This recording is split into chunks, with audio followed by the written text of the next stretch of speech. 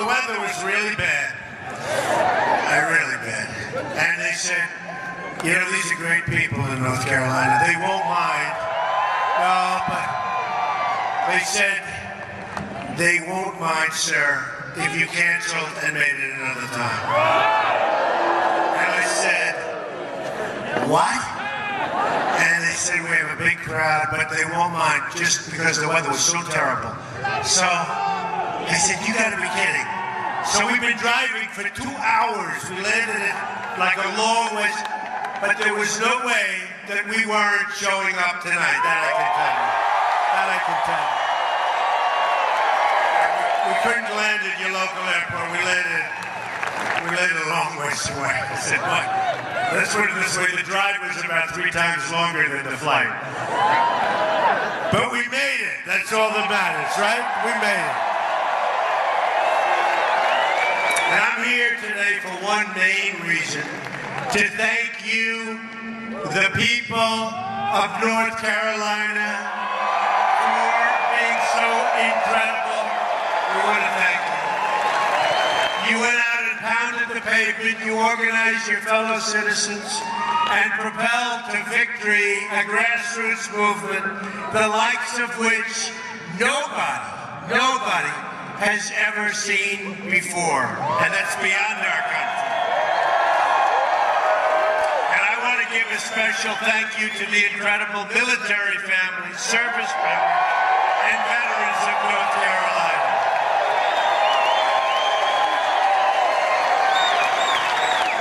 And they were great. You saw what happened with the military. I got such numbers. Oh, those numbers are good.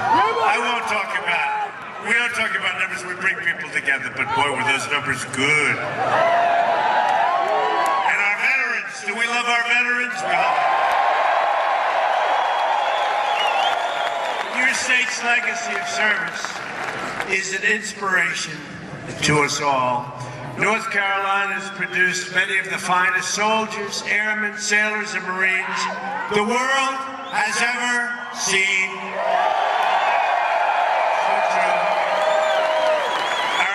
In uniform represent the absolute best of us. We must follow their example, working in unison toward a shared goal across every social, racial, and economic line. They understand that to accomplish the mission, we must all be pulling in the same direction. We have to get together. They know that we must leave no man or woman behind. These patriots have shed their blood to defend our country in distant fields of battle across the earth. Our debt to them is eternal and everlasting. Amazing. Amazing. And you know, we have a very special person here tonight who we're going to introduce.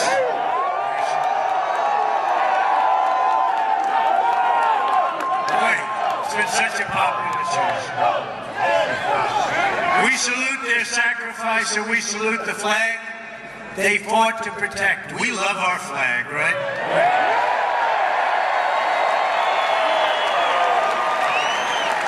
We love our flag. And we don't like it when we see people ripping up our flag and burning our flag. We don't like it. And we'll see what we're going to do about that, okay? Tomorrow is the 75th anniversary of Pearl Harbor. It's a milestone that marks the ultimate sacrifice of those who wear the great uniform. It's a reminder, too, of the valiant efforts of America's fighting men and women who have liberated millions from tyranny and oppression. Now today, our brave men and women are the first in line defense against radical Islamic terrorism, words that some people don't like to say, an ideology of death that slaughters innocent men, women, and children. We're going to protect our people, we're going to protect our country, believe me. In every generation, threat to freedom arises. And just as we defeated these threats, we faced generations in the past, and you understand that. So too will we defeat the forces of terror. We stand here today. It's unseen in many cases. Fort Bragg, the home of heroes. Our special forces at Fort Bragg have been the tip of the spear in fighting terrorism. The motto of our Army Special Forces is to free the oppressed, and that is exactly what they have been doing and will continue to do. At this very moment, soldiers from Fort Bragg are deployed in 90 countries around the world. Can you believe that?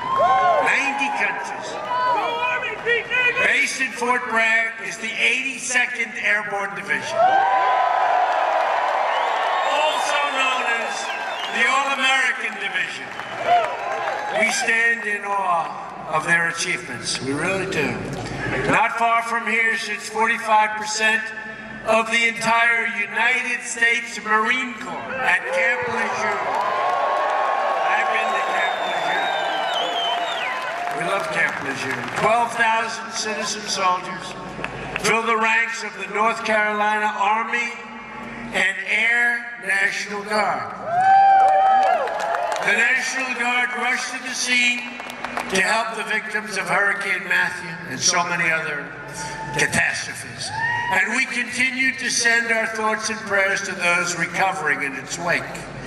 The military families in North Carolina are a national treasure, and it will be the duty of my administration to ensure that we protect those who protect us. And I just want to tell you that we are going to be taking care of our veterans. And I'm right now working. These are great, great people. And they haven't been treated fairly. And I'm right now working on picking the people that are going to be helping our veterans, and they are really outstanding. We have some of the great people, and a lot of people that are making great sacrifices to do this, but they're going to be unbelievable. You're going to see such a change. You're going to see such a change like you've never seen before. We're going to protect and help our veterans. Believe me.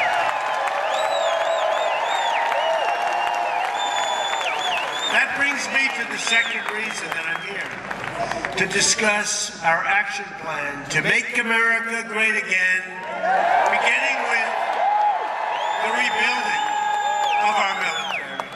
And we will. You're going to see it. I'm so looking forward, probably next week, you're going to see what we're going to do to take care of our vets. It's going to be announced. A lot of things are going to be announced. Stay tuned, folks. Here are the priorities that will guide our military veterans policy. All men and women in uniform will have the supplies, support, equipment, training, services, medical care, and resources they need to get the job done incredibly well and perfectly. A lot of things are going to be announced. Stay tuned, folks. The best care in the world for our veterans, both at public and VA facilities, as well as the right to see a private doctor when the lines are long.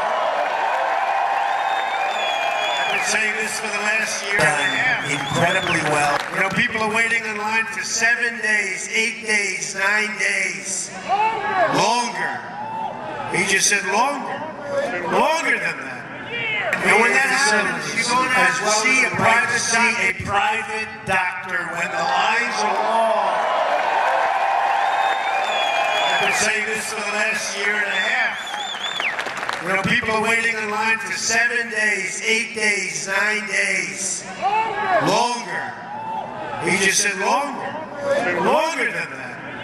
And when that happens, you're going to have to see a private doctor, a private hospital, a public hospital, somebody that can take care of you, and we're going to pick up the bill.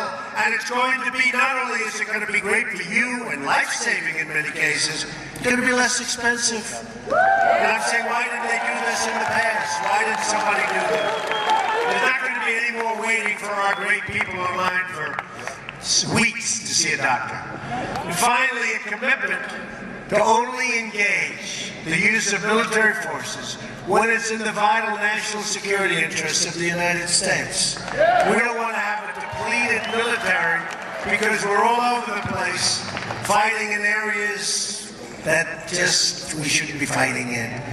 We're going to have such a strong, powerful military. It's not going to be depleted any longer. I mentioned equipment previously, and I said equipment. We're going to have the finest equipment in the world.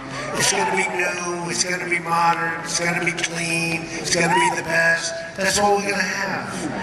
We're not going to be a depleted military anymore. From now on, it's going to be America first. America first. We will stop racing to topple foreign, and you understand this, foreign regimes that we know nothing about, that we shouldn't be involved with. Instead, our focus must be on defeating terrorism and destroying ISIS. And we will. Any nation that shares these goals will be our partner in this mission. We won't forget it. We want to strengthen old friendships and seek out new friendships. Rather than a rigid dogma, we're guided by the lessons of history and a desire to promote stability all over, and strength in our land. This destructive cycle of intervention and chaos must finally, folks, come to an end. We've spent, at last count, $6 trillion in the Middle East. And our roads have potholes all over. Our highways are falling apart. Our bridges are falling. Our tunnels are no good. Our airports are horrible, like third world countries. We got to start spending on ourselves. But we've got to be so strong militarily, like we've never, ever been before. Remember that. Like we've never been. We seek harmony and goodwill among the nations of the world. And we believe that respect for mutual sovereignty helps form the basis of trust and understanding. But we don't want people taking advantage of us anymore. We don't want countries taking advantage of us anymore. We don't want that. We don't want that. We want to be the smart people. We don't want to be what we've been over the last long period of time. We build up our military not as an act of aggression, but as an act of prevention. We pursue and build up arms not in order to seek conflict, but in order to avoid conflict. We want to be strong. In short, we seek peace through strength.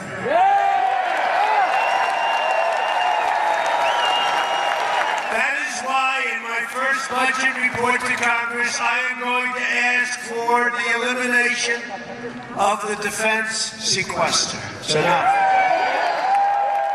Depletion, I call it depletion. It gets worse and worse every year, not for our military. We will show the world that America is going to be strong again, stronger than ever before. We're going to be stronger militarily than ever before. And hopefully we don't have to use our military. But we're going to be stronger than ever before. And there's rarely been a time when we've needed this strength more than we have right now. But in order to succeed with our defense policy, we must find the right person to lead our Defense Department. Is that right?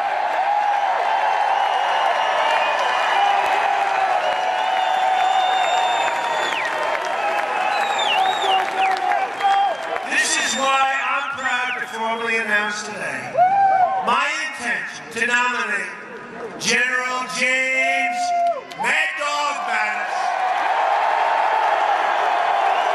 as the next Secretary of Defense for the United States of America.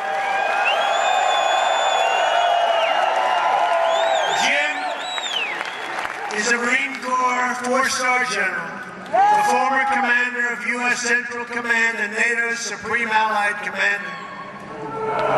For transformation, this is going to be so great for us. He led an assault battalion in Operation Desert Storm, and you saw what that happened. That was the way you're supposed to lead it. There was no games. Mad Dog plays no games, right? Led the forces that went after the Taliban and commanded the 1st Marine Division in Iraq. He is one of the most effective generals that we've had in many, many decades.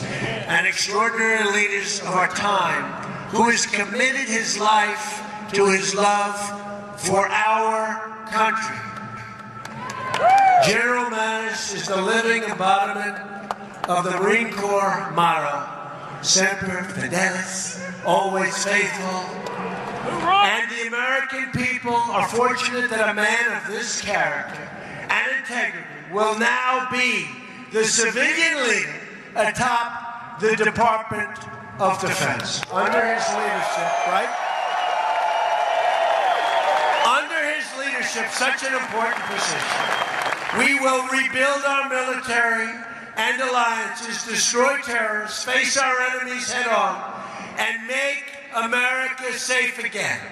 It is now my honor and privilege to welcome to the stage your next Secretary of Defense, General Mad Dog Mattis. Thank you.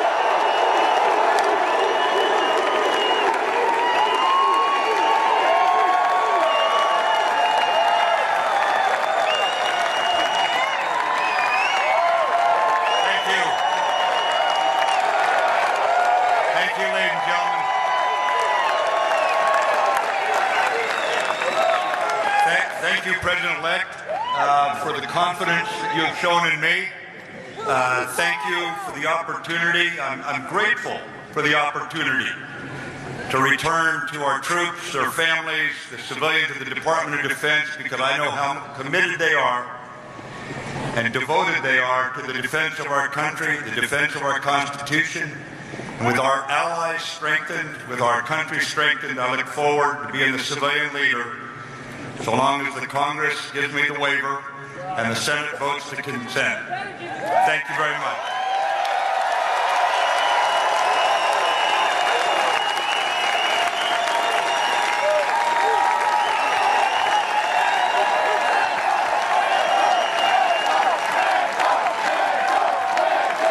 What a great guy. He's going to be incredible.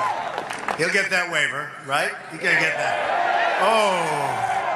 If he didn't get that waiver, there'll be a lot of angry people. Such a popular choice. I believe we're in the process of putting together one of the all-time great cabinets that has ever been assembled in our nation's history. We have some great people going to be named over the next couple of days, too. But to accomplish our goals, we must reject the failed approaches of the past. We must move past the tired conventional thinking of Washington, D.C. As Abraham Lincoln said, as our case is new, so must we think anew and act anew. My plan begins with bold structural reform to create millions of good-paying jobs and even great-paying jobs. You've been seeing what's been happening over the last couple of weeks. And we haven't gotten there yet. We haven't gotten there. We were very proud of saving 1,100 jobs in Indiana with the help of Mike Pence, Vice President-elect. It was incredible. We're very proud of Mike Pence, by the way. Whether it's producing steel, building cars, or curing disease, we want the next generation of innovation and production to happen right here in America and right here in North Carolina. And don't forget, when we started, even 4 weeks before, they said, well, we're going to have an awfully hard time winning Florida, an awfully hard time winning North Carolina. We're not going to win Pennsylvania. We're not going to win Michigan. We're not going to win Wisconsin. We're not going to win We're not going to win Iowa. And Ohio's going to be tough. So it started out. We won Ohio by more than 8 points. We won Iowa by a massive number, 10 points. Then we went down and we won Florida. Remember that fantastic evening? We have breaking news. Donald Trump wins Florida. Donald Trump wins North Carolina.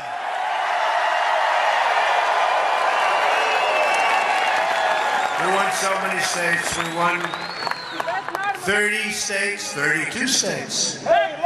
We won so much, and we just kept winning. And then we topped it off by winning Pennsylvania, winning Michigan, winning, right?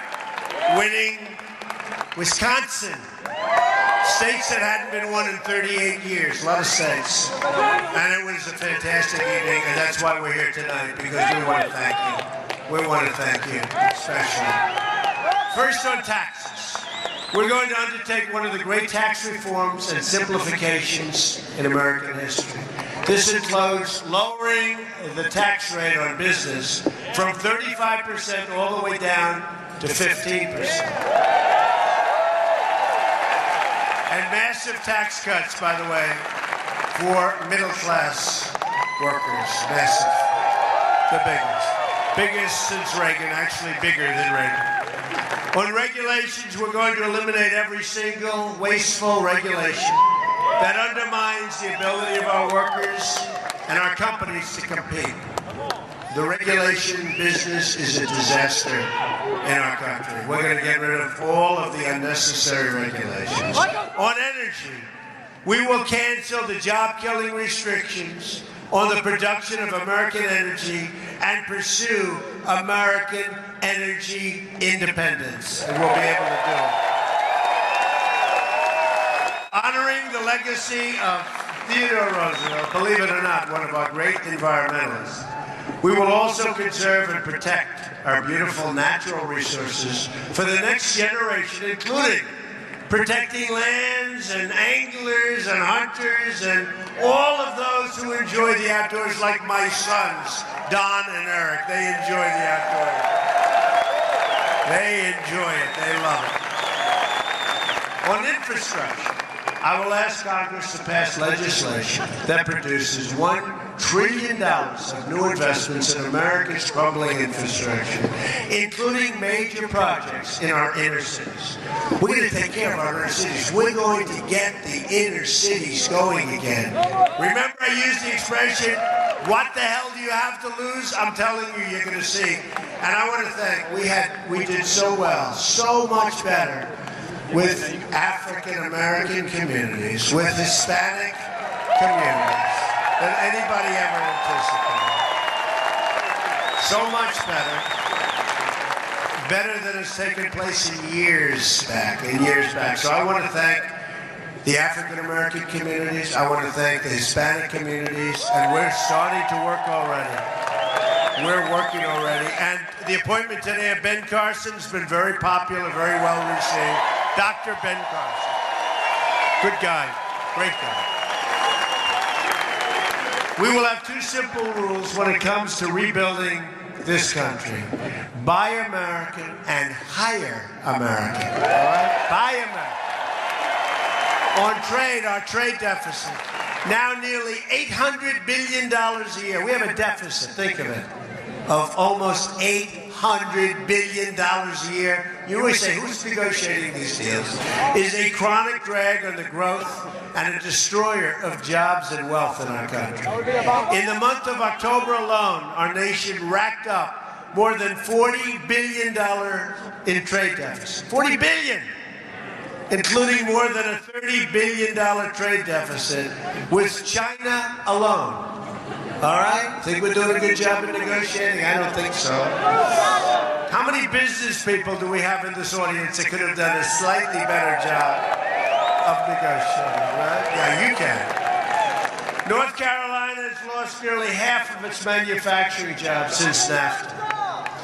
America has lost 70,000 factories. Think of it, 70,000 factories since joining the World Trade Organization. Or think of it. So China joins the World Trade Organization, and since that time, we've lost so much. 70,000 factories. We're living through the greatest jobs theft in the history of the world. There's never been a jobs theft like what's happened to this country. And we stopped some of it a little bit because we just started. We haven't really started because we don't really start until January 20th.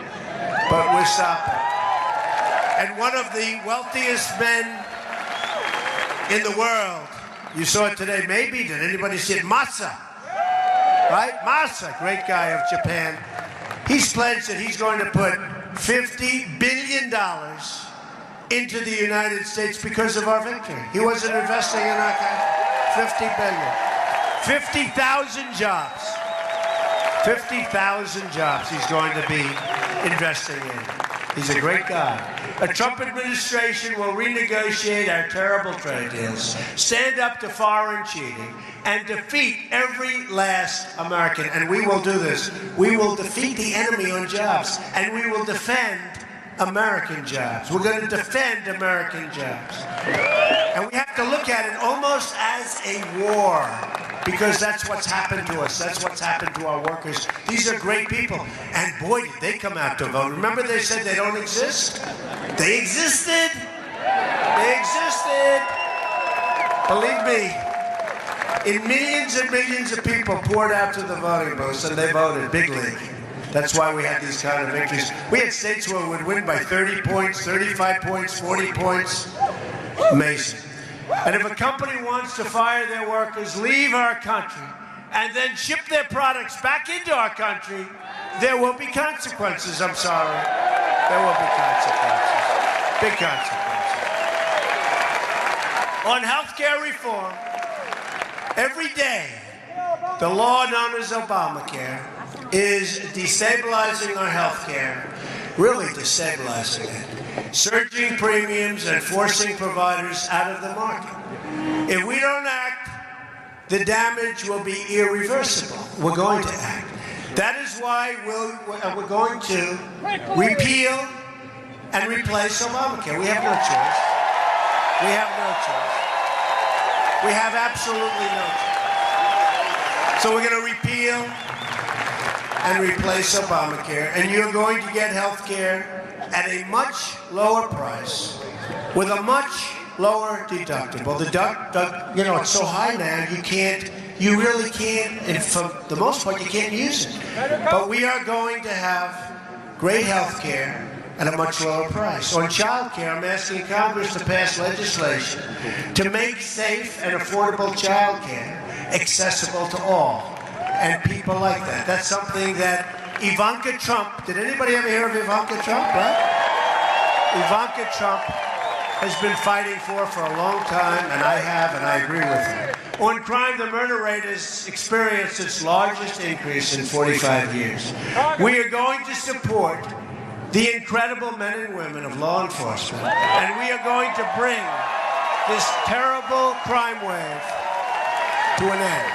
Highest in 45 years, the murder rate. On immigration, we will be the administration that ended illegal immigration. We will construct a great border wall, dismantle the criminal cartels, liberate our communities from the epidemic of gang violence and drugs. We will get rid of the drugs that are pouring into our country. We will ask Congress to reform our visa and immigration programs to protect jobs and wages for American workers. And we will be appointing very shortly somebody to head up our program. And I will tell you, this person, like General Mattis, will do a phenomenal job, because we're going to stop people from coming into our country illegally, but we're going to have people come into our country, and they're going to come in by the thousands and the hundreds of thousands, but they're going to come in, they are going to come in legally, right? But by the hundreds of thousands. We want people to come in, but they have to come in legally. To protect our country from terrorism and extremism, we will suspend immigration from regions where it cannot be safely processed. Right now, thousands and thousands and thousands of people are pouring into our country. We have no idea who they are, where they come from, do they love us? In a lot of cases, no, they don't love us. A Trump administration will always put the safety and security of the American people first. Okay, remember that. Safety of the American people. Ethics reform will be a crucial part of our 100-day plan as well. We're going to drain the swamp of corruption in Washington, D.C. I will impose a 5-year ban on executive branch officials becoming lobbyists and a lifetime ban on officials becoming lobbyists for a foreign government. We face many, many challenges, but this is truly an exciting time to be alive in our country and hopefully to be alive in many other locations, because we are representative to a large extent of what's happening in the world. The world is looking up to us, but they haven't been looking up to us much. And they are going to start looking up again. We're going to be good for the world, not just good for our country. The script to what we're doing is not yet written. Remember, this has been a great, great movement, the likes of which they've never seen before, the likes of which those folks back there that write the stories, no, I'll tell you, and they're saying it, they've never seen anything like this before. It's one of the great political phenomena of all time. And we're going to show them. We're going to do a great job. We're going to create a safe country. We're going to create a prosperous country. We're going to have jobs again, great jobs, not bad jobs, real jobs. And it's going to be something special. And hopefully they're going to write the truth. We do not know what the page tomorrow will read. But for the first time in a long time, what we do know is that the pages will be authored by each and every one in this room and in our country, by you. It will be authored by you. Together, we will raise incomes and create millions and millions of new jobs. It's going to happen. It's already happening. You see what happened today. We will reestablish the rule of law and defend the Constitution of the United States. And by the way, we will be appointing great, great Supreme Court justices. You see. We'll be starting very soon with one to replace Justice Scalia. Great man. We will protect the right of every American to live in safety and peace. We will restore and respect, and we will respect people's rights. We will respect constitutional rights. And for all America, we will respect our great American flag again. Believe that.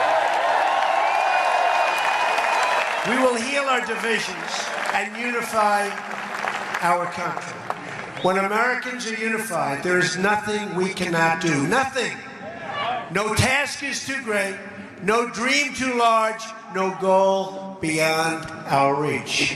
My message tonight is for all Americans, from all parties, all beliefs, all walks of life. It's a message for everyone. No matter your age, your income, your background, I'm asking you to join us in this great, great adventurous world that we're living in. We're going to make it less adventurous. We're going to make it safer and better than it's ever been before. I'm asking you to dream big again as Americans. I'm asking you to believe in yourself, to believe in your country, and to believe in your future. Because we've got a great future. What I've seen more than anything else is how great the future of our country is going to be. And if we do that, then all together, we will make America strong again. stronger than ever before. We will make America rich again. A lot of people don't like the sound of that, but we need that to take care of our military, to take care of our veterans, to take care of all of the things that we have to. We're going to be a rich nation again. We're going to be a wealthy nation again. We're going to make America. We're going to make America, like it says in all of those caps, those millions and millions of caps that have been sold all over this country, and all of those signs. We are going to make America great again, greater than ever before. Thank you, North Carolina. Thank you. We love you. God bless you, everybody. We'll be back soon. Thank you, North Carolina. Thank you.